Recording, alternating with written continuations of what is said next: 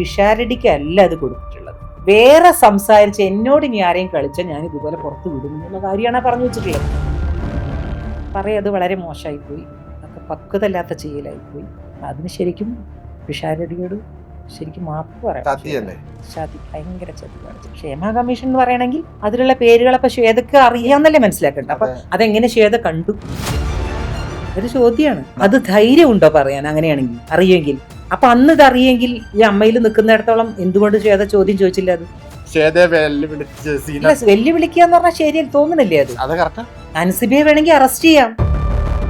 അത് പറഞ്ഞു കഴിഞ്ഞാല് വർഗീയത കൊണ്ടുവരുന്ന ആൾക്കാർ അമ്മയിൽ നല്ലതല്ല. അമ്മ അസോസിയേഷനിൽ കലാകാരന്മാരേ ഉള്ളൂ, അവിടെ മതമില്ല, രാഷ്ട്രീയമില്ല, ഒന്നുമില്ല. തിരിച്ചെടുക്കുകയാണെങ്കിൽ കുറെ ആൾക്കാർ പോയിട്ടുണ്ട്, അവരെയൊക്കെ എടുക്കണ്ടേ. ലക്ഷ്മി പ്രിയ മാത്രമല്ലല്ലോ പോയിട്ടുള്ളത്. രാജിവെച്ചു എന്ന് ആദ്യം പ്രഖ്യാപിച്ച ആളെ അകത്തേക്ക് വരികയും ചെയ്തു, ശ്വേത. വെച്ച ആൾക്കാർ കുടുങ്ങുകയും ചെയ്തു. ഇവര് പരസ്പരം അടി കൂടാനാ നോക്കിയത്. ഈഗോ ക്ലാഷ് ആണ് അവിടെ കൂടുതലും വന്നിട്ടുള്ളത്. ഞാനാണ് വലുത്, നീയാണ് വലുത്, പ്രസിഡന്റിനേക്കാളും വലുത് സെക്രട്ടറിയാണ്. അവിടെ സെക്രട്ടറിക്കെതിരെ ആർക്കും കൈ ചൂണ്ടാൻ സന്ദർഭം കിട്ടിയില്ല. ശ്വേതക്കെതിരെ മാത്രമായിപ്പോയി വന്നത്. അതിന്റെ ഇടയിൽ കൂടെ കുക്കു രക്ഷപ്പെട്ടു. അൻസിബയെ സപ്പോർട്ട് ചെയ്യാൻ എനിക്ക് പേടിയാണ്, കാരണം എന്റെ പേര് സീനത്ത് എന്നാണ്. സത്യം. അപ്പൊ തന്നെ ഫേസ്ബുക്കിലൊക്കെ വന്നല്ലോ, വെളിയൊക്കെ വളരെ വ്യക്തമായിട്ട് പറഞ്ഞല്ലോ. രാഷ്ട്രീയം പറയുകയാണെങ്കിൽ ആ ധൈര്യം വേണം. ടോവിനോയുടെ ആശയം എന്താണെന്ന് മനസ്സിലാക്കാൻ കൃഷ്ണകുമാറിന് പറ്റിയിട്ടില്ല എന്നുള്ളതാണ്. ഇവരൊക്കെ എങ്ങനെ അവരുടെ മക്കളുടെ മുഖത്ത് നോക്കുന്നു? ഇതൊക്കെ പറഞ്ഞു ഇവർക്ക് നോക്കാൻ പറ്റുന്നുണ്ടോ? ആ മക്കൾക്ക് വല്ല ബഹുമാനം ഉണ്ടാവും ഈ അച്ഛനോട്? മദ്യം വാങ്ങിക്കൊടുക്കാൻ പറയുന്നു പറഞ്ഞ ഒരു പെണ്ണിനോട് ഒരു പെണ്ണ് മദ്യം വാങ്ങിക്കൊടുക്കണമെങ്കിൽ അപ്പൊ ആ മദ്യം വാങ്ങിക്കൊടുക്കാൻ പറയുന്നത് അതിലേറെ വലിയ മദ്യപാനിയാവണല്ലോ. Welcome to movie world. സീനത്തിന്റെ 48 വർഷങ്ങൾ. ചേച്ചി സ്വാഗതം. എനിക്ക് ആദ്യ നമ്മൾ വിക്കിപീഡിയ ഒക്കെ നോക്കുമ്പോൾ വന്ന കണക്കനുസരിച്ചാണ് ഇത് 48ാം വർഷമാണ് സിനിമയിൽ തുടക്കി വിട്ടിട്ട്. അതിലേക്ക് വരുന്നതിന് മുന്നേ ഞാൻ വളരെ കൗതുകമുള്ളൊരു കാര്യം ചോദിച്ചോട്ടെ. ഞാൻ കണ്ടത് ശരിയാണെന്നുണ്ടെങ്കിൽ പാർവതി പരിണയം 95 ചെയ്യുമ്പോൾ ചേച്ചിക്ക് 31, 32 ആ ഒരു വയസ്സ്. മുകേഷ് ചേട്ടനേക്കാൾ ഇളയതാണ്. അതെ അതെ അതെ. മുകേഷ് ചേട്ടന്റെ അമ്മായിയമ്മയായിട്ടാണ് അഭിനയിച്ചത്. അതെങ്ങനെ സംഭവിച്ചു? ആനി ചേച്ചിയുടെ അമ്മ. അതെ, ആനിയുടെ അമ്മ. അപ്പൊ മുകേഷ് ഞങ്ങളുടെ തൊട്ടടുത്ത് ക്ലൈമാക്സ് കിട്ടുമല്ലോ. കല്യാണം കഴിച്ച പിന്നെ അങ്ങനെ ഈ എനിക്ക് ആനി ചേച്ചിയെക്കാളും വലിയ വ്യത്യാസമൊന്നും ഉണ്ടാവില്ലല്ലേ പ്രായത്തില്? അതൊന്നുമല്ല, ആനി ചെറുപ്പമല്ലേ, 10 വയസ്സ് വ്യത്യാസം ഉണ്ടാവും അല്ലേ? ഞാൻ നോക്കണ്ട നമ്മൾ വയസ്സ് എത്രയെന്നില്ല. എന്നാലും അത് വൺസ് ഒരു അമ്മവേഷം ചെയ്താൽ പിന്നെ എല്ലാം അമ്മവേഷം എന്നുള്ള ടൈപ്പ് കാസ്റ്റ് ആയി പോയതിന്റെ പ്രശ്നമാണോ അത്? ചിന്തിച്ചിട്ടില്ല അതിന്റെ അകത്തൊരു മാറ്റം വേണം? ഏജ് ഇപ്പൊ വിളിക്കുമ്പോൾ മുകേഷിന്റെ ഇങ്ങനെ ഒരു ക്യാരക്ടറാണ്, അമ്മവേഷമാണ്, വൈ ഷുഡ് ഐ എന്നുള്ള ചിന്ത എപ്പോഴും വന്നിട്ടുണ്ടോ? അങ്ങനെ ആദ്യമൊക്കെ എനിക്ക് ഭയങ്കര മടിയായിരുന്നു അമ്മ വേഷം ചെയ്യാൻ വിളിക്കുക. പക്ഷെ നായിക കഴിഞ്ഞാൽ പിന്നെ അമ്മയ്ക്കാണല്ലോ ഉള്ളത്. അതിൽ ആ സ്ട്രോങ് ക്യാരക്ടർ ചേച്ചിയാണ്. അതെ അതെ അതെ, അത് നായികക്ക് തുല്യമായിട്ടുള്ള റോളാണത്. അതിൽ ശരിക്ക് കരണ്ടമ്മായി എന്നിരുന്ന ആ പടത്തിൽ സിനിമയുടെ പേര് ആദ്യം ഇട്ടിരുന്നു.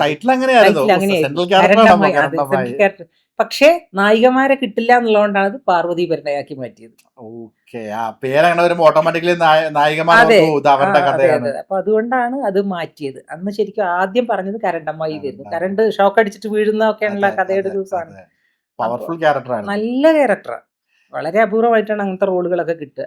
ഇപ്പോഴത്തെ ഒരു മലയാള സിനിമയില് ക്യാരക്ടറിന് ആരാണോ അനുയോജ്യം അവരാണ് നായിക, അവരാണ് നായകൻ. അത് പണ്ട് അങ്ങനെയല്ല. ഇപ്പൊ ഈ പറഞ്ഞ പാർവതി പരിണയം ഉൾപ്പെടെ 90കളിൽ 2000 തുടക്കത്തിലൊക്കെ നമ്മൾ ചില ഇതിനു മുമ്പ് അലിഖിതമായ ഒരു നിയമം, ഒരു ടെംപ്ലേറ്റ് ഉണ്ടായിരുന്നു. നായികയായാൽ ഇങ്ങനെ ആവണം, അല്ലെങ്കിൽ നായകനായാൽ ഇങ്ങനെ ആവണം.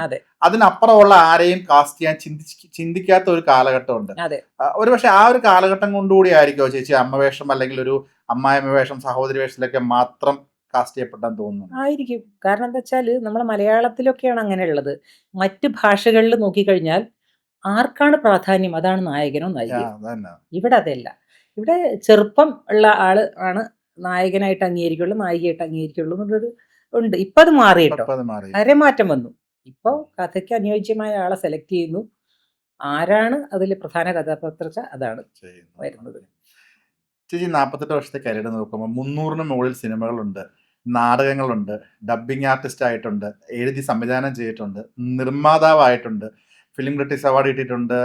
എനിക്ക് തോന്നുന്നു സുൽത്താൻ വീടിന് സപ്പോർട്ടിങ് ആക്ട്രസ് എന്നുള്ള അവിടെ അവാർഡ് കിട്ടിയിട്ടുണ്ട്. അങ്ങനെ 3-4 അവാർഡ്സ് ഒക്കെ ഉൾപ്പെടെ എല്ലാം കിട്ടിയിട്ടുണ്ട്. ഇത്രയും ഈ 48 വർഷങ്ങൾ ആദ്യം തൊട്ട് ഇന്ന് വരെ എത്തിയിട്ട് ഒന്ന് തിരിഞ്ഞു നോക്കാൻ പറഞ്ഞു കഴിഞ്ഞാൽ വരുന്ന ഒരു മുഖങ്ങൾ അല്ലെങ്കിൽ ഗ്രാറ്റിറ്റ്യൂഡ് അങ്ങനെ അല്ലെങ്കിൽ ഗിൽറ്റ്, അങ്ങനെ എന്തൊക്കെ വികാരങ്ങളായിരിക്കും മനസ്സിൽ കൂടെ വരുന്നത് ഈ 48 ഇയേഴ്സ് എന്ന് ഓർക്കാൻ പറഞ്ഞു? സത്യത്തിൽ 48 വർഷമായി എന്നറപ്പ് സുമേഷ് പറഞ്ഞപ്പോഴാണ് ഞാനത് ഓർക്കുന്നത് പോലും. എൻ്റെ മനസ്സിലേക്ക് അത്രയും വർഷമായി ഞാൻ വന്നിട്ട് എന്നുള്ളത് ഞാൻ ചിന്തിച്ചിട്ട് പോലും ഇല്ല. അപ്പോൾ തിരിഞ്ഞു നോട്ടം എന്നുള്ളൊരു സാധനം ഞാൻ ചെയ്തിട്ടില്ല തോന്നുന്നു. ഞാനിങ്ങനെ പോയിക്കൊണ്ടിരിക്കും, മുന്നോട്ട് പോയിക്കൊണ്ടിരിക്കും. അല്ലാതെ ഒരു തിരിഞ്ഞു നോട്ടം നമ്മൾ അങ്ങനത്തെ നോക്കിക്കഴിഞ്ഞാൽ പല നിരാശകൾ നമുക്ക് ജീവിതത്തിൽ വരും. അയ്യോ അങ്ങനെ അതൊന്നും എന്നെ സംബന്ധിച്ച് അങ്ങനെ ഞാൻ ബാക്കിലേക്ക് ചിന്തിക്കാറില്ല. ഓ, അങ്ങനെയില്ല. ഇന്നിൽ ജീവിക്കുന്ന വ്യക്തിയാണോ? തീർച്ചയായിട്ടും. അതായത് ഇപ്പം കഴിഞ്ഞു പോയതിനെ പറ്റി നമ്മൾ ചിന്തിച്ചിട്ട് കാര്യമില്ല, കാര്യമില്ല. വരാനിരിക്കുന്നത് എന്തായാലും വരും. അതെ. കഴിഞ്ഞു പോയതിനെ പറ്റി നമ്മൾ ചിന്തിച്ചാൽ പലപ്പോഴും നമുക്ക് ഇഷ്ടപ്പെടാത്ത ഒരുപാട് കാര്യങ്ങൾ നമുക്ക് ഓർക്കേണ്ടി വരും. പല ആൾക്കാരുടെ മുഖങ്ങൾ നമ്മുടെ മനസ്സിലേക്ക് വരുമ്പോഴൊക്കെ. അപ്പോൾ അതിനെപ്പറ്റിയൊക്കെ നമ്മൾ ചിന്തിക്കുമ്പോൾ ചിലപ്പോൾ നെഗറ്റീവ് വരാം, ചിലപ്പോൾ നല്ലത് വരാം. അപ്പോൾ അങ്ങനത്തിലേക്ക് ഞാനങ്ങനെ പോവാറില്ല സത്യത്തിൽ. ഈ ചേച്ചിയുടെ മുന്നത്തെ ഇന്റർവ്യൂ കാണുമ്പോൾ ചേച്ചി പറഞ്ഞിട്ടുണ്ട് പല പെട്ടെന്ന് റിയാക്ട് ചെയ്യുന്ന ഒരു ക്യാരക്ടർ സ്വഭാവമൊക്കെ പണ്ടുണ്ടായിരുന്നത്. ഒരുപാട് പറഞ്ഞ മാറ്റങ്ങൾ നമ്മൾ അതെ. അതിലേക്കൊന്നും കിടക്കുന്നില്ല. അതെ. ഇപ്പൊ സെറ്റിൽ നിന്ന് ഇറങ്ങി പോകുന്നതും അതെ. മൊത്തം ഇഷ്ടമല്ലാത്ത കാര്യങ്ങൾ തുറന്നു പറയുന്നതും അങ്ങനെയുള്ള പല സംഭവങ്ങളും ഉണ്ടായിട്ടുണ്ടെന്ന്. അപ്പം ഇപ്പൊ ചേച്ചി പ്രസന്റിൽ മാത്രം ചിന്തിച്ച് ജീവിക്കുന്ന ഒരു ക്യാരക്ടറാണ്. ഈ ഒരു മാറ്റം, ഈ ഒരു മെച്യൂരിറ്റി ഏത് സ്റ്റേജ് തൊട്ടാണ് വന്നു തുടങ്ങിയത്? ആ ഒരു മെച്യൂരിറ്റി വന്നത് ആദ്യമായിട്ട് ഞാൻ പ്രൊഡ്യൂസ് ചെയ്തപ്പോഴാണ്. നമുക്ക് അത് അറിയില്ലല്ലോ, ഒരു പ്രൊഡ്യൂസറുടെ പ്രശ്നം എന്താണെന്ന് അറിയില്ല. നമുക്ക് നമ്മളുടെ സൗകര്യങ്ങൾ മാത്രം നോക്കും. ആർട്ടിസ്റ്റുകൾക്കാണ് ഏറ്റവും സുഖം സിനിമയിൽ. സംവിധായകർക്കോ മറ്റവർക്കോ ഒന്നുമല്ല. സിനിമയിൽ ശരിക്കും പറഞ്ഞാൽ സുഖമായിട്ട് വർക്ക് ചെയ്ത് പോവുക ആർട്ടിസ്റ്റുകൾക്കാണ്. അപ്പോൾ അത് മാത്രമേ എനിക്ക് അറിയണ്ടായിരുന്നുള്ളൂ. പ്രൊഡ്യൂസ് ചെയ്തപ്പോൾ അത് മനസ്സിലായി, സംവിധാനം ചെയ്തപ്പോൾ പിന്നെയും മനസ്സിലായി. അപ്പോൾ നമുക്ക് ഓരോ മാറ്റങ്ങൾ നമുക്ക് വന്നുകൊണ്ടിരിക്കും, ചിന്തിക്കും ചിലപ്പോൾ. അതായിരിക്കും എനിക്ക് വന്നിട്ടുള്ള അതിലാണ് സ്വഭാവത്തിൽ മാറ്റം വന്നിട്ടുള്ളത് പ്രൊഡ്യൂസ് ചെയ്തപ്പോൾ തന്നെ. ഈ പലരും പറഞ്ഞു കേട്ടിട്ടുണ്ട് ഈ ഞാൻ യോഗ ചെയ്യാറുണ്ട്, അല്ലെന്നുണ്ടെങ്കിൽ ഞാൻ ഒരു മീ ടൈം എന്ന് പറയുന്ന സമയത്ത് ഞാൻ ഒറ്റയ്ക്ക് ഇരുന്നിട്ട് പാട്ട് കേൾക്കുക അല്ലെങ്കിൽ ധ്യാനിക്കുക, അങ്ങനത്തെ കാര്യങ്ങൾ ഒരുപാട് ആക്ട്രസ്മാരും ഒരു പരിധി വരെ പല ആക്ടേഴ്സും പറഞ്ഞു കേട്ടിട്ടുണ്ട്. അങ്ങനെയൊക്കെ ചെയ്യുന്ന ശീലങ്ങളോ ഈ ഒരു മീ ടൈം സ്വന്തമായിട്ടൊരു സമയം കിട്ടുന്ന സമയങ്ങളിൽ ചേച്ചി കൂടുതലും ചെയ്യാൻ ആഗ്രഹിക്കുന്നത് എന്തൊക്കെയാണ്? ഞാൻ സിനിമ കാണുക കൂടുതലും ചെയ്യുക. യോഗ ചെയ്യാറുണ്ട് കേട്ടോ, യോഗ ചെയ്യും, ജിമ്മിൽ പോവും, അതൊക്കെ ചെയ്യും. പക്ഷെ കൂടുതൽ സമയം ഞാൻ അല്ലെങ്കിൽ സിനിമ കാണും, അല്ലെങ്കിൽ എഴുതുകയാണെങ്കിൽ എഴുതും. ഒറ്റയ്ക്ക് ഇരിക്കാൻ ഇപ്പോൾ എനിക്കിഷ്ടം. നേരത്തെ എനിക്ക് ഇഷ്ടമുണ്ടായിരുന്നില്ല ഒറ്റയ്ക്ക് ഇരിക്കുക എന്നുള്ളത്. എനിക്ക് ചിന്തിക്കാൻ പോലും പറ്റാത്ത കാര്യമായിരുന്നു. ഇപ്പോൾ പലപ്പോഴും ഞാൻ ഒറ്റയ്ക്ക് ഇരിക്കുന്നത് ഞാൻ ആസ്വദിക്കുന്നുണ്ട്. ഭയങ്കര ബ്യൂട്ടിഫുൾ. ലാലേട്ടൻ പറഞ്ഞിട്ടുണ്ട് ഭയങ്കര ഒറ്റയ്ക്ക് ഇരിക്കാൻ പറ്റുക അതെ എന്നുള്ളത്. അതെ, അത് വലിയൊരു കാര്യമാണ്. അതെ. കാരണം രാവിലെ നമുക്ക് ആവശ്യമുള്ള സമയത്ത് എണീറ്റാൽ മതി, ഭക്ഷണം ഉണ്ടാക്കേണ്ട സമയത്ത് ഉണ്ടാക്കിയാൽ മതി, ആരെയും നമ്മൾ ബോധ്യപ്പെടുത്തണ്ട. പക്ഷേ എൻ്റെ കുട്ടികൾ ഇടക്കിടക്ക് കാണണം അവരെ. അപ്പോൾ മോന് വലിയ ആൾ തൊട്ടടുത്ത് തന്നെ താമസിക്കുന്നത്, ചെറിയ ആൾ ബാംഗ്ലൂരാണ്. അവരൊക്കെ എപ്പോഴും ഇങ്ങനെ സംസാരിക്കുകയൊക്കെ ചെയ്യും. പിന്നെ എന്ത് ആവശ്യം ഉണ്ടെങ്കിലും മോനെ അടുത്തുള്ളതുകൊണ്ട് ഇപ്പോൾ സിനിമയ്ക്ക് പോകാനോ അല്ലെങ്കിൽ പുറത്ത് പോകാനൊക്കെ അവരുടെ കൂടെ പോകും. പിന്നെ ഇപ്പോൾ എനിക്ക് ഒറ്റയ്ക്ക് ഇരിക്കുന്നത് ഇഷ്ടമാണ്. അത് എൻജോയ് ചെയ്യുന്നുണ്ടല്ലേ? പിന്നെ ആരോഗ്യമുള്ള സമയത്ത് കേട്ടോ, അല്ല നമുക്ക് എന്തെങ്കിലും അസുഖം വരുമ്പോൾ നമ്മൾ അയ്യോ ഒന്ന് പേടിച്ചു പോകും. അപ്പോൾ ആരോഗ്യം വേണം. ആരോഗ്യം ഇല്ലെങ്കിൽ നമ്മൾ ബുദ്ധിമുട്ടും ഒറ്റയ്ക്ക് ഉള്ള ജീവിതം. ഈ കഴിഞ്ഞ 2-3 ദിവസത്തിനുള്ളിൽ വന്ന ഒരു ഇന്റർവ്യൂ ഉണ്ട്, ഒരു സോഷ്യൽ മീഡിയ ചാനലിൽ വന്ന ഇന്റർവ്യൂ ആണ്. ആക്ട്രസ് ജോളി ഈശോ. ചേച്ചി കണ്ടിട്ടുണ്ടോ ഇന്റർവ്യൂ എന്നറിയില്ല. ഇപ്പം അദ്ദേഹം പറയുന്ന ഒരു സ്റ്റേറ്റ്മെന്റ് ഉണ്ട്, ആണുങ്ങൾക്ക് വില കൊടുക്കാത്ത ആൾക്കാരാണ് പലരും അമ്മയിലുള്ള സ്ത്രീകൾ എന്ന് പറയുന്നുണ്ട്. അങ്ങനെയുണ്ടോ? ഐ മീൻ ആണുങ്ങൾക്ക് വില കൊടുക്കുക, പെണ്ണുങ്ങൾ വില കൊടുക്കുക, അങ്ങനെയുണ്ടോ? ആണും പെണ്ണും ഈക്വൽ അല്ലേ ആക്ച്വലി? അങ്ങനെ ഒരു ഒരിക്കലും ഞാനതൊന്നും പറഞ്ഞാൽ വിശ്വസിക്കില്ല. അവർക്ക് എന്തുകൊണ്ടാണ് അത് പറഞ്ഞതെന്ന് എനിക്ക് മനസ്സിലായിട്ടില്ല. ആരാ വില കൊടുക്കാത്തത്? പരസ്പരം വില കൊടുക്കുക എന്നുള്ളതാണ്. ആണുങ്ങൾക്കൊരു വില, പെണ്ണുങ്ങൾക്കൊരു വില ചിന്തിക്കുന്ന ആളുടെ പ്രവൃത്തിയിൽ വില കൊടുക്കുക, അത്രേ ഉള്ളൂ. പെരുമാറ്റത്തിലാണ് നമ്മൾ ഒരാളുടെ പെരുമാറ്റം കൊണ്ട് നമ്മൾ അവർക്ക് വില കൊടുക്കണോ വേണ്ടെന്നുള്ളത്. അല്ലാതെ ആണുങ്ങൾക്ക് എന്നാൽ കുറച്ച് വില കൊടുക്കാം, സ്ത്രീകൾക്ക് വില വേണ്ട, അതിൽ എന്താ അർത്ഥമുള്ളത്? അങ്ങനെ അമ്മയിലൊന്നും മീറ്റിങ്ങിനൊന്നും വരുമ്പോൾ ആണ് പെണ്ണെന്നൊന്നും വ്യത്യാസങ്ങളൊന്നും ഞാൻ കണ്ടിട്ടില്ല. പിന്നെ മമ്മൂക്കയാണെങ്കിലും ലാലാണെങ്കിലും നമ്മൾ അവരോടുള്ള ബഹുമാനം, ഇഷ്ടവും സ്നേഹമൊക്കെ നമ്മൾക്ക് ഉണ്ടല്ലോ. അപ്പൊ അതുണ്ടാകുമല്ലോ തീർച്ചയായിട്ടും. ആര് വന്നാലും ഇവർ രണ്ടാളെ നമ്മൾ കാണുന്നത് വേറെ തന്നെ ഒരു തലത്തിലാണ്. ഇൻഡസ്ട്രി ചുമന്ന് നിൽക്കുന്ന രണ്ടുപേരാണ്. അവരെ കവിഞ്ഞിട്ടേ നമുക്ക് ആരും ഉള്ളൂ. അപ്പോൾ അത് നമുക്ക് നമ്മളെ മനസ്സിലുണ്ട്. വില കൊടുക്കുന്നില്ല. ആർക്കാണ് വില കൊടുക്കാത്തതെന്നുള്ളത് എനിക്കറിയില്ല. ഞാനത് ആരെ ഉദ്ദേശിച്ചിട്ടാന്നുള്ളത് എനിക്കറിയില്ല ജോളി പറഞ്ഞത്. അല്ല, വർഗീയത കൊണ്ടുവരുന്ന ആൾക്കാർ അമ്മയിൽ നല്ലതല്ല. വർഗീയത കൊണ്ടുവരിക എന്ന് പറഞ്ഞാൽ അതൊരു നിസ്സാര കാര്യമല്ല. നമ്മളെ അമ്മ അസോസിയേഷനിൽ കലാകാരന്മാരേ ഉള്ളൂ. അവിടെ മതമില്ല, രാഷ്ട്രീയമില്ല, ഒന്നുമില്ല, ആണില്ല പെണ്ണില്ല, ഒന്നും ഇല്ല. അവിടെ ഇങ്ങനത്തെ മതപരമായിട്ടുള്ള കാര്യങ്ങൾ കൊണ്ടുവരാറുണ്ട് നമുക്ക് അംഗീകരിക്കാൻ പറ്റാത്തതാണ്. അത് വളരെ പച്ചക്കല്ലേ ആ കുട്ടി വന്നിരുന്ന് പറഞ്ഞത്. ഒരാളുടെ ജീവിതത്തിലേക്ക് വരെ കടന്നു കയറി. അതൊക്കെ എന്തിനെന്ന് മനസ്സിലാവുന്നില്ല. ആ സമയത്ത് അങ്ങനത്തെ സംസാരിക്കുമ്പോൾ കട്ട് ചെയ്യണമായിരുന്നു. അത് അപ്പോഴത്തന്നെ ആക്ഷൻ എടുക്കണമായിരുന്നു. നമ്മളെ കൂട്ടത്തിലുള്ള ആൾക്കാരെ പറ്റിയിട്ടല്ലേ ഈ പറയുന്നേ. അതെന്താണ് അതിന്റെ ഗുണം, എന്താണ് ഉദ്ദേശിക്കുന്നേ? അങ്ങനെ റൂമിൽ ഒരാൾ വന്ന് അവള് കള്ള് കുടിക്കുന്നൊക്കെ മദ്യം വാങ്ങിക്കൊടുക്കാൻ പറയുമെന്ന് പറഞ്ഞ ഒരു പെണ്ണിനോടൊരു പെണ്ണ് മദ്യം വാങ്ങിക്കൊടുക്കണമെങ്കിൽ അപ്പൊ ആ മദ്യം വാങ്ങിക്കൊടുക്കാൻ പറയുന്നത് അതിലേറെ വലിയ മദ്യപാനിയാവണല്ലോ. അല്ലാത്ത ഒരാളോട് മദ്യം, എനിക്കത് കേട്ടപ്പോ എനിക്കത് തോന്നിയത്. അല്ലാത്ത ഒരാളോട് എനിക്ക് മദ്യം വേണമെന്ന് പറയും. എനിക്കറിയില്ല ഇതിന്റെ ആവശ്യം എന്താണ്. അപ്പൊ അതൊക്കെ കണ്ടപ്പോ എനിക്ക് അത്ഭുതം തോന്നി. ഈ പറഞ്ഞുകൊണ്ടിരിക്കുന്നതെന്ന്, ഈ പറയുന്നതിന്റെ അർത്ഥം മനസ്സിലാവുന്നുണ്ടോന്ന്. അതൊന്നും വെച്ച് പൊറപ്പിക്കാൻ പറ്റാത്ത കാര്യമാണ്. അവളിപ്പോ അമ്മയിലില്ല, അവള് രാജിവെച്ച് പോയി. തിരിച്ചെടുക്കും എപ്പോഴെങ്കിലും തോന്നണ്ടോ? എനിക്കറിയില്ല. തിരിച്ചെടുക്കുകയാണെങ്കിൽ കുറെ ആൾക്കാർ പോയിട്ടുണ്ട്, അവരെയൊക്കെ എടുക്കണ്ടേ. ലക്ഷ്മിപ്രിയ മാത്രമല്ലല്ലോ പോയിട്ടുള്ളത്, കുറെ ആൾക്കാർ പോയിട്ടുണ്ട്. അപ്പൊ ലക്ഷ്മിപ്രിയനെ എടുക്കുന്നതിന്റെ മുമ്പ് എടുക്കേണ്ട ആൾക്കാരുണ്ട്. അവരെടുത്തിട്ടല്ലേ ലക്ഷ്മിപ്രിയനെ എടുക്കാൻ പറ്റുള്ളൂ. അതൊരു വാലിഡ് പോയിന്റ് ആണ്. അങ്ങനെ എടുക്കാൻ പറ്റില്ല. അതില് നിരാശ തോന്നിയത് മല്ലിയ ചേച്ചി രാജിവെച്ചില്ലാണ്. മല്ലിയ ചേച്ചി എന്തിനാ വെച്ചെന്നുള്ളത് ഇപ്പോഴും എനിക്ക് അതൊരു വ്യക്തതല്ല. എന്തിന് രാജിവെച്ചു? കമ്മ്യൂണിക്കേഷൻ ഉണ്ടോ, ചോദിച്ചിട്ടുണ്ടോ? ഞാൻ ചോദിച്ചിട്ടില്ല. ചേച്ചിക്ക് ചോദിച്ചിട്ട് അതല്ലേ ശരി ഉണ്ടാവുമായിരിക്കും. എന്തിനാ ചേച്ചി രാജിവെച്ചത്, ഞാൻ എന്തിനാ പോയി ചോദിക്കുന്നത്? പക്ഷെ എനിക്കത് ഭയങ്കര അയ്യോ ചേച്ചി അങ്ങനെ ചെയ്യണ്ടായിരുന്നു എന്ന് തോന്നിപ്പോയി. രാജിവെച്ചു എന്ന് ആദ്യം പ്രഖ്യാപിച്ച ആളെ അകത്തേക്ക് വരികയും ചെയ്തു, ശ്വേത മേനോൻ. രാജിവെച്ചിട്ടില്ല എന്ന് പറഞ്ഞിട്ട് വെച്ച ആൾക്കാർ കുടുങ്ങുകയും ചെയ്തു.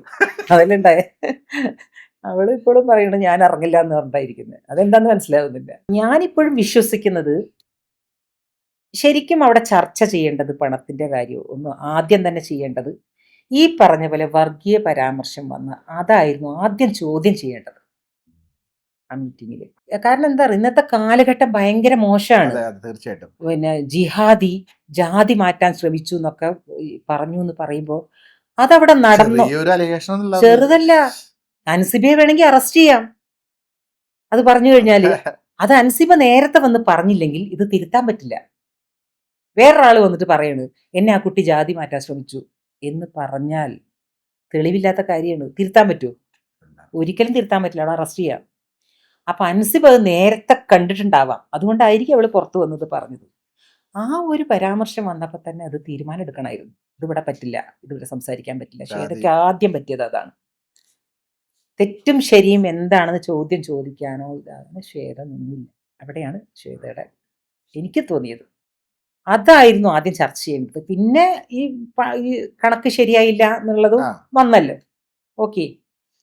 അപ്പൊ ശ്വേതന്റെ ഒരു കണക്ക് കൂട്ടിൽ എനിക്ക് തോന്നുന്നത് കണക്ക് ശരിയാക്കിയിട്ടേ ഞാൻ ഇറങ്ങുള്ളൂ എന്ന് എന്തിലോ ഞാൻ കണ്ടു. അത് ശരിയാക്കിയിട്ട് ചിലപ്പോൾ അത് ശരിയാക്കിയിട്ട് ഇറങ്ങാനായിരിക്കും.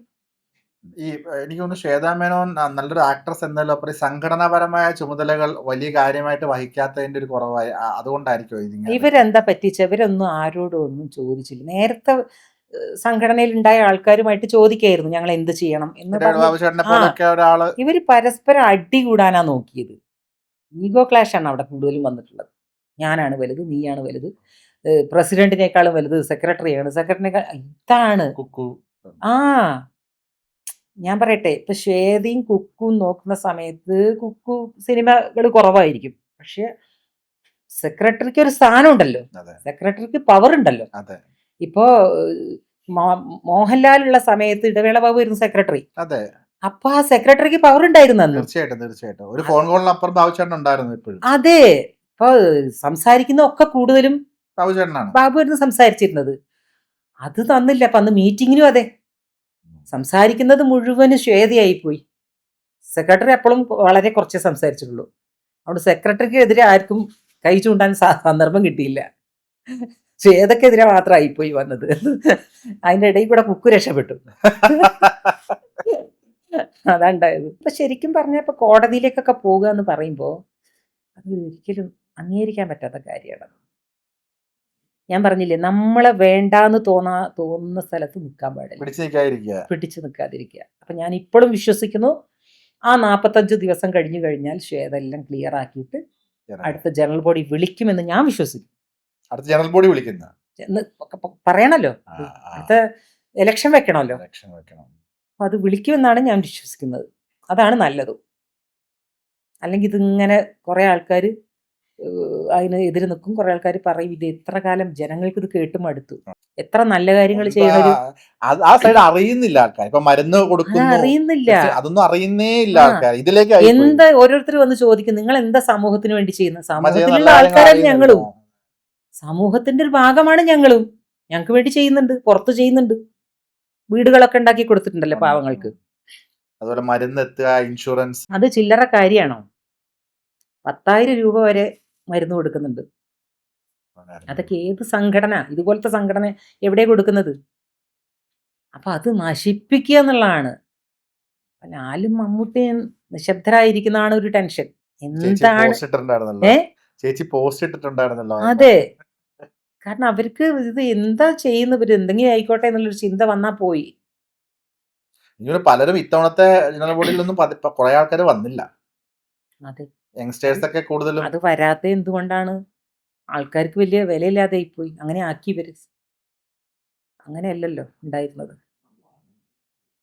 ഞങ്ങളൊക്കെ വെയിറ്റ് ചെയ്യായിരുന്നു ഓരോ വർഷം വരുമ്പോൾ. ഈ പ്രാവശ്യം പോയപ്പോൾ ഭയങ്കര ടെൻഷനായിരുന്നു, എന്ത് സംഭവിക്കും. അതേപോലെ സംഭവിക്കുകയും ചെയ്തു. അങ്ങത്തെ വരെ രാജിവെച്ചിട്ടാണ് ശ്വേത പോയത്. പക്ഷെ എഴുതി മെയിൽ ചെയ്തില്ല, പറഞ്ഞുള്ളൂ. പുള്ളിക്കാരി ഏതോ ഡൽഹിയിൽ കഴിഞ്ഞ് നേരെ ഡൽഹിയിലേക്കാ പോയി എന്നൊക്കെ കേട്ടു. അറിയില്ല കേട്ടോ, ഞാൻ കേട്ടതാ. തിരിച്ചു വന്നപ്പോ ആരെയും പറഞ്ഞ അങ്ങനെ ഇറങ്ങണ്ടെന്ന് പറഞ്ഞിട്ടുണ്ടാവും.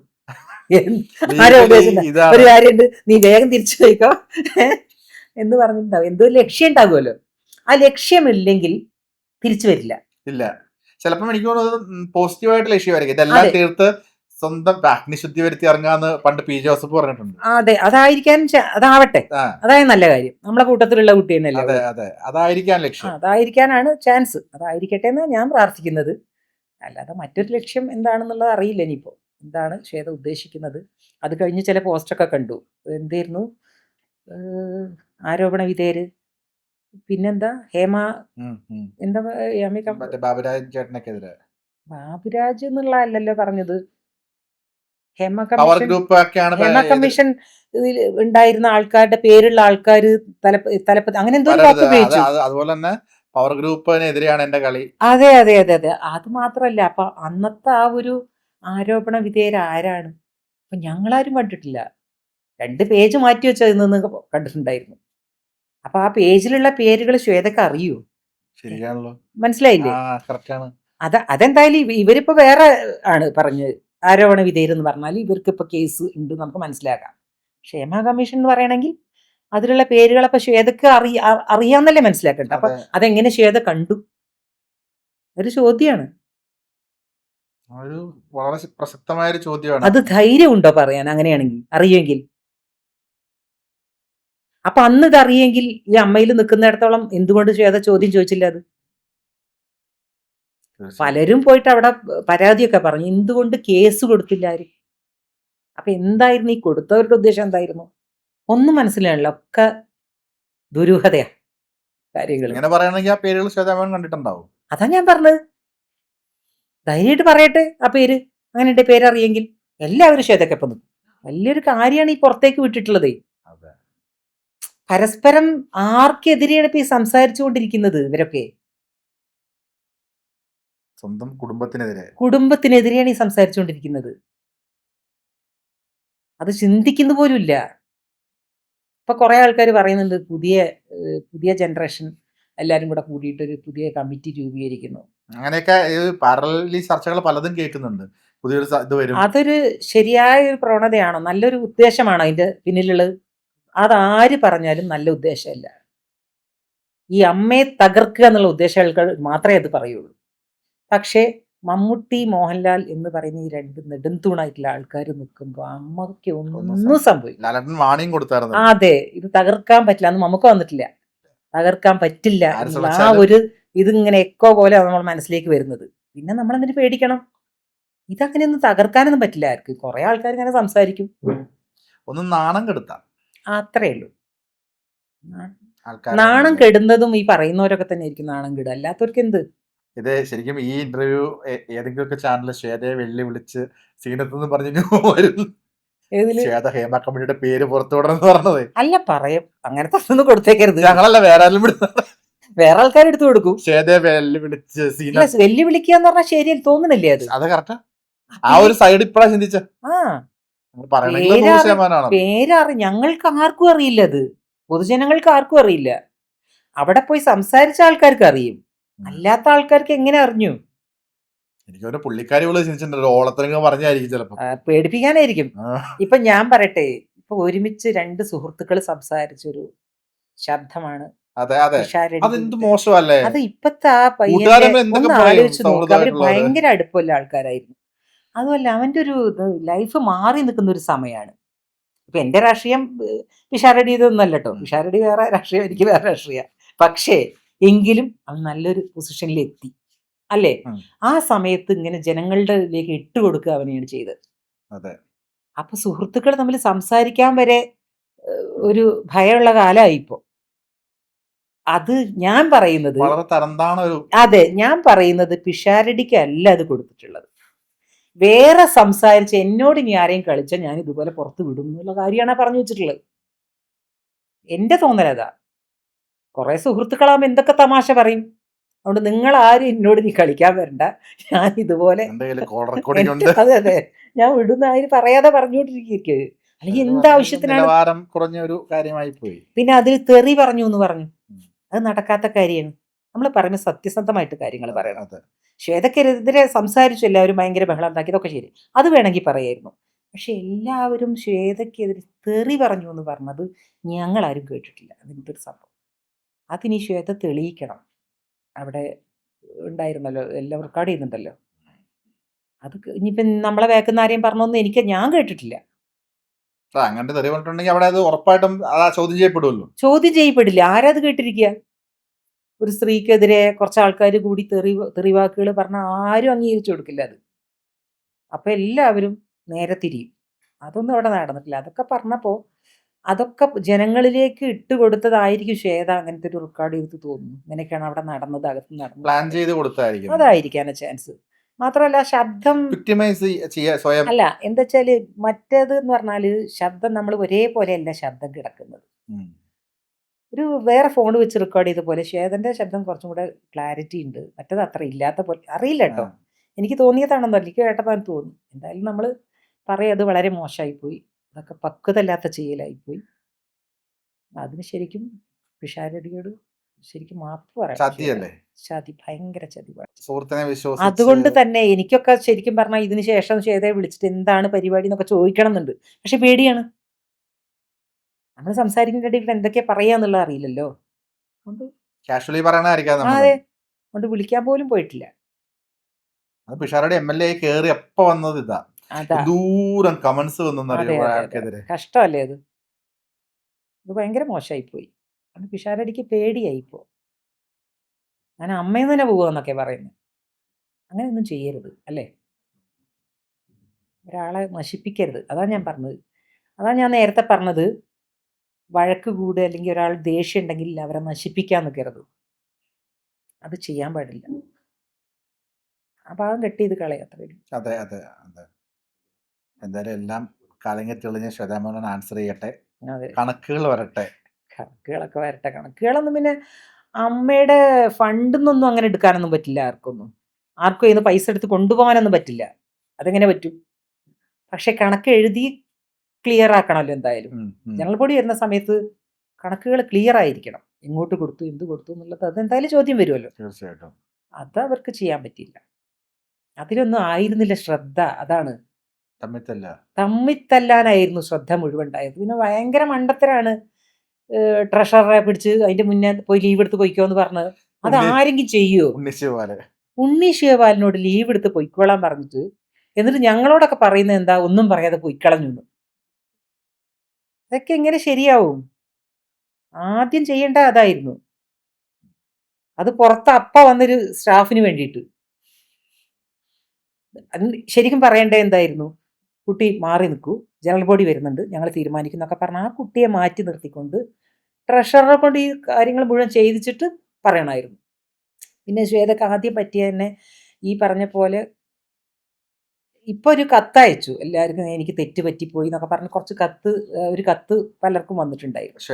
ശ്വേത ആ കത്ത് അത് നേരത്തെ മൈക്ക് കിട്ടിയപ്പോ അപ്പൊ പറയണായിരുന്നു, അവിടെ തീർന്നേനെ, ഞങ്ങൾക്ക് ശരിക്കും പറഞ്ഞാൽ ഒരുപാട് തെറ്റ് പറ്റി, ആ തെറ്റ് തിരുത്തണം എന്നൊക്കെ പറഞ്ഞാൽ തുടങ്ങിയിരുന്നെങ്കിൽ അവിടെ പിന്നെ ആർക്കും ഒന്നും ശബ്ദിക്കാൻ പറ്റില്ലായിരുന്നു. ഇത് അതല്ല, ഡിസ്കഷൻ പോലും ഉണ്ടായിരുന്നില്ല. പക്ഷെ അത് ആദ്യം ചെയ്യേണ്ടത് അവസാനം ചെയ്യേണ്ടത് കാര്യം അപ്പോഴത്തേക്കൊക്കെ പോയില്ലേ, കൈവിട്ടു പോയില്ലേ കാര്യങ്ങൾ. ഇനി എന്തായാലും ശ്വേത ഇതുപോലെ ഞാൻ വിചാരിക്കുന്നു നല്ല സൗഹൃദം നഷ്ടപ്പെട്ടിട്ടുണ്ടാവും. തീർച്ചയായിട്ടും നല്ല സൗഹൃദമായിരുന്നു എന്നാ കേട്ട അവര് തമ്മിൽ. സൗഹൃദം മാത്രമല്ല, പലർക്കും ഒരു വിശ്വാസവും പോയിട്ടുണ്ടാവും. സംസാരിക്കുമ്പോ റെക്കോർഡ് ചെയ്യുന്നു, അത് തന്നെ തെറ്റാണ്. അതെ, നമ്മൾ ഒരുപാട് കാര്യങ്ങൾ സംസാരിച്ചു. സിനിമയിലേക്ക് ഞാൻ ഒന്നുകൂടി തിരിച്ചു വരുവാണല്ലേ, നല്ല അമ്മവേഷം, അതായത് വളരെ ശാന്ത സ്വഭാവമായിട്ടുള്ള അമ്മവേഷം എന്ന് പറഞ്ഞാൽ പെട്ടെന്ന് കവിയൂർ പൊന്നമ്മ, KPS ലളിത, സുകുമാരി അമ്മ വരും. കൂടുതലും പൊന്നമ്മ ചേച്ചിയാ. പൊന്നമ്മ ചേച്ചി കുറച്ചൊരു എന്താണ് കുശുമ്പും കുന്നയമൻ നിറഞ്ഞ അമ്മവേഷം എന്ന് പറഞ്ഞാൽ അതിലും സുകുമാരി അമ്മ വരും. പിന്നെ ചേച്ചി വരും, പിന്നെ മീന അമ്മ മരിച്ചുപോയ വരും, നിങ്ങൾ മൂന്നുപേരും വരും. ഈ പിന്നെ കുറച്ച് കോമഡി നിറഞ്ഞ അമ്മ എന്ന് പറഞ്ഞു കഴിഞ്ഞാൽ അതിൽ സുകുമാരി മൂന്നിലും പെടും. ഫിലോമിന അമ്മ, അങ്ങനെ രണ്ടുമൂന്ന് പേരുണ്ട്. ഈ അമ്മമാര് തന്നെ പല പല കാറ്റഗറി നമ്മൾ പറഞ്ഞല്ലോ. നിങ്ങൾക്കതിൽ മത്സരമൊക്കെ ഉണ്ടായിട്ടുണ്ടോ? മത്സരം ഹെൽത്തി കോമ്പറ്റീഷൻ അല്ല, അങ്ങനെ ഉണ്ടായിട്ടില്ല, എനിക്കുണ്ടായിട്ടില്ല. ഇനി വേറെ ആൾക്കാർക്ക് ഉണ്ടോന്ന് എനിക്കറിയില്ല. ഞാൻ പറഞ്ഞില്ല, ഞാൻ ശ്രദ്ധിക്കാറില്ല. പക്ഷേ ഞാൻ ചെയ്യേണ്ട റോളുകൾ പലരും എടുത്തിട്ടുണ്ട്. കാരണം അത് മത്സരമാണ്. അതും മത്സരമാണോ അത് ഒരാൾക്കാരുടെ സാമർത്ഥ്യമാണ്, മത്സരമല്ല അത്. ചേച്ചിക്ക് ചിലപ്പോൾ പൊട്ടിത്തെറിക്കണൊക്കെ തോന്നിയിട്ടുണ്ടോ? ദേഷ്യപ്പെടണം ഇങ്ങനെയൊക്കെ കാണുമ്പോൾ ചിലപ്പം നമ്മുടെ മുമ്പിൽ കാണുന്ന അന്യായങ്ങളായിരിക്കും ഇപ്പൊ നേരത്തെ പറഞ്ഞൊക്കെ. വൈ എന്ന് ചോദിക്കണം എന്ന് തോന്നിയിട്ടുണ്ട്. അപ്പം ആ നടിയോടോ അല്ലെങ്കിൽ അയാളുടെ അടുത്തോ എന്തെങ്കിലും നിങ്ങൾ എന്ത് മര്യാദകളാണ് കാണിക്കുന്നത്? ഞാൻ അങ്ങനെ ചോദിച്ചിട്ടില്ല. ശരിക്കും ചോദിക്കണ്ടായിരുന്നു. ചോദിക്കേണ്ടതാണ്, പക്ഷെ ചോദിക്കാറില്ല. ഞാൻ ഈ കാണുന്ന മുഖത്തുള്ള ഗൗരവമൊക്കെ ഉള്ളൂ. ദേഷ്യം പിടിച്ചാൽ പിന്നെ അതിന്റെ ഇതാട്ടോ, ഭയങ്കര ദേഷ്യം വരും എനിക്ക്. ദേഷ്യം വന്നു കഴിഞ്ഞാൽ ഭയങ്കര ദേഷ്യം. പക്ഷെ കഴിയുന്നതും അത് നമുക്കില്ല വിചാരിക്കും. എഴുതുന്ന കഴിക്കുന്ന അരിമണിയിൽ പേരുണ്ടെന്ന് വിശ്വസിക്കുന്ന ആളാണോ ചേച്ചി? അത് അങ്ങനെ വിശ്വസിക്കുക എന്ന് പറഞ്ഞാൽ അത് ഒരുതരം ഓക്കെ, സ്വയം സമാധാനിക്കുക, ഇങ്ങനെയാണ്, ഇതാണ് എന്റെ വിധി, ഇതാണിത്. അത് സ്വയം നമ്മൾ സമാധാനിക്കാൻ പറഞ്ഞ എക്സ്ക്യൂസസ് അല്ലേ ശരിക്കും.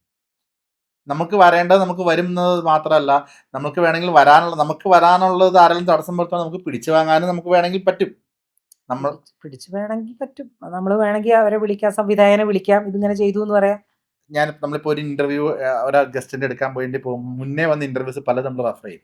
അത് ചേച്ചി പറഞ്ഞിട്ട് ഒരു പോയിന്റ് എനിക്ക് ഭയങ്കരമായിട്ട് നമുക്ക് സ്ട്രൈക്ക് ചെയ്തെന്നാണോ പറയുന്നത്, എനിക്ക് ഭയങ്കര പേടി തോന്നിയ ഒരു സ്റ്റേറ്റ്മെന്റ് ഉണ്ട്.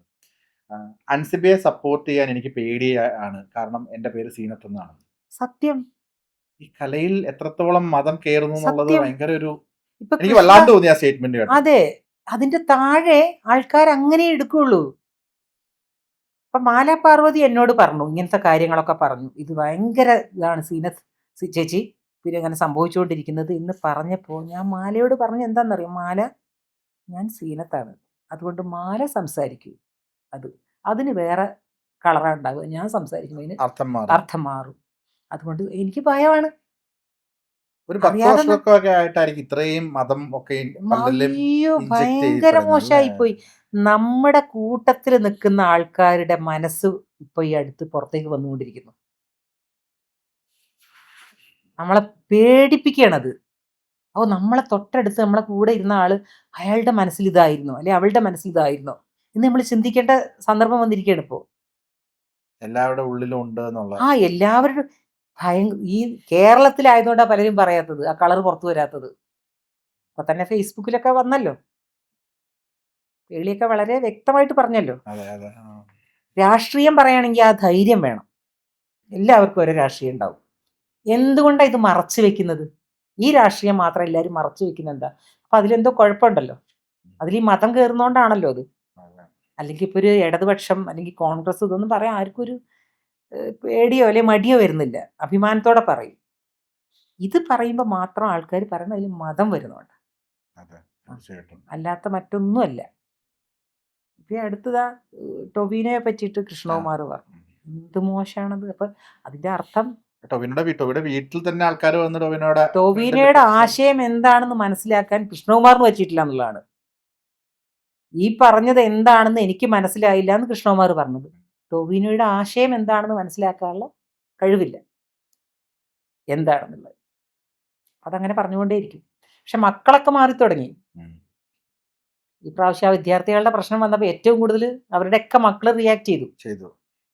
അപ്പൊ ഒരു മാറ്റം വരുന്നുണ്ട്, നല്ലൊരു വിപ്ലവം വരുന്നുണ്ട് ഇനി. അപ്പോ നമ്മള് അതെ, കാരണം നമ്മൾ ഇനി 100 വർഷം പുറകേക്ക് പോയിരിക്കുകയാണ്. ഇപ്പോ ഇനിയും തെരുവ് കിടന്ന് ആൾക്കാർ മരിക്കേണ്ടി വരികയാണ് അവകാശങ്ങൾക്ക് വേണ്ടിയിട്ട്. അതൊക്കെ പോയി നമ്മൾ ഒരുപാട് മുന്നോട്ട് വന്നതാ, വീണ്ടും നമ്മളെ പുറകിലേക്ക് വലിക്കുകയാണ്. ഭയങ്കര ഒരു ടെൻഷൻ തന്നെയാണ്.